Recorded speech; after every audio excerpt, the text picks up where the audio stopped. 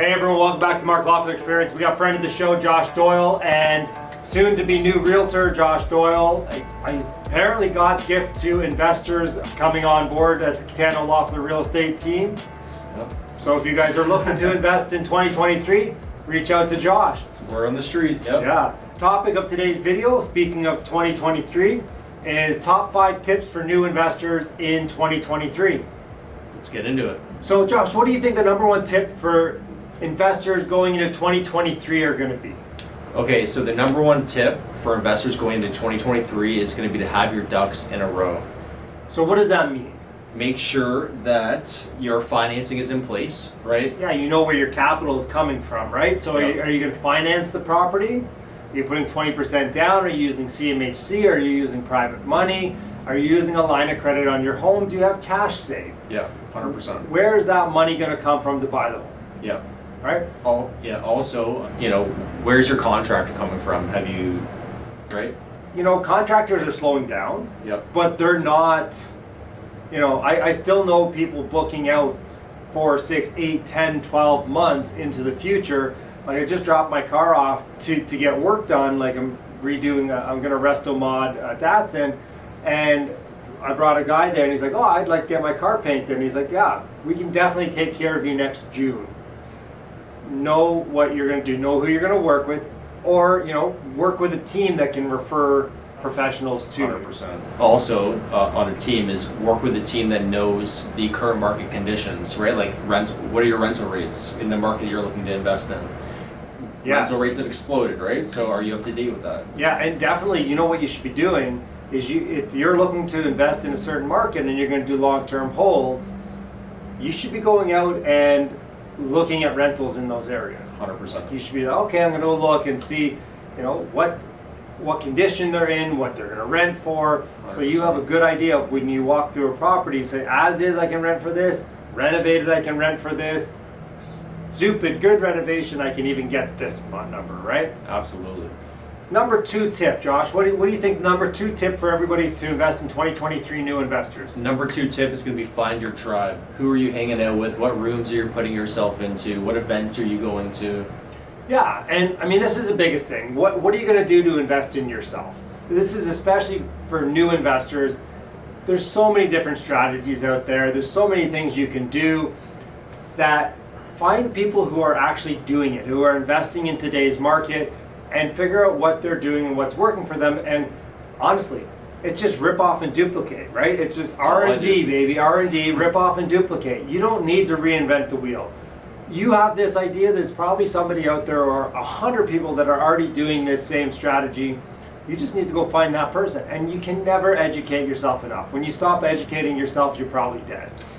Come out to the monthly meetup. Yeah, definitely come out to the monthly meetup. Next one is October 24th. We'll put the event right down below. We'd be happy to see you guys. We have a mix of new investors, seasoned investors, and mortgage brokers and professionals there as well. All sorts of people, just literally every strategy you can think of. I think I've shaken hands with somebody in there and met somebody there and just learned their strategy. So it's a great room to be in. So number 3 strategy for new investors in 2023, Josh, what is it? Is to be greedy when others are fearful.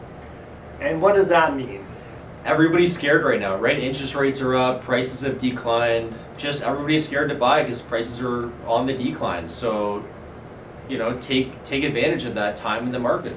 And everybody, this is your chance to comment down below that this is where the realtor tells you to buy a home, right? But I gotta be honest, I put my money where my mouth is. Like we're writing an offer today on a flip. Yep. I'm closing on a 90 unit. I'm buying real estate right now. I'm not just sitting here as a guy on YouTube telling you to buy real estate because I profit from it. Yep. I actually think it's a great time to buy real estate right now. For sure. Do you want to buy at the peak when everybody's, there's multiple offers and you got to go firm, or do you want to buy now when you can put conditions on our properties? Prices have decreased, right? Well, you can actually negotiate on properties. Yep. And I can have conditions, and I can have an inspection. You can have everything, yeah. I can have everything. I can have the world. And buyers are in the driver's seat right now. 100%. Market shifted, so now's the time to buy. 4th investment tip for new investors in 2023, Josh. Run your numbers with a bit more of a buffer. right? Like Yeah, be super conservative. yes, interest rates could continue to rise. You know, Well, short-term interest rates are going to go up. Long-term rates, I think they're going to either hold steady or come down because we're going into a recession.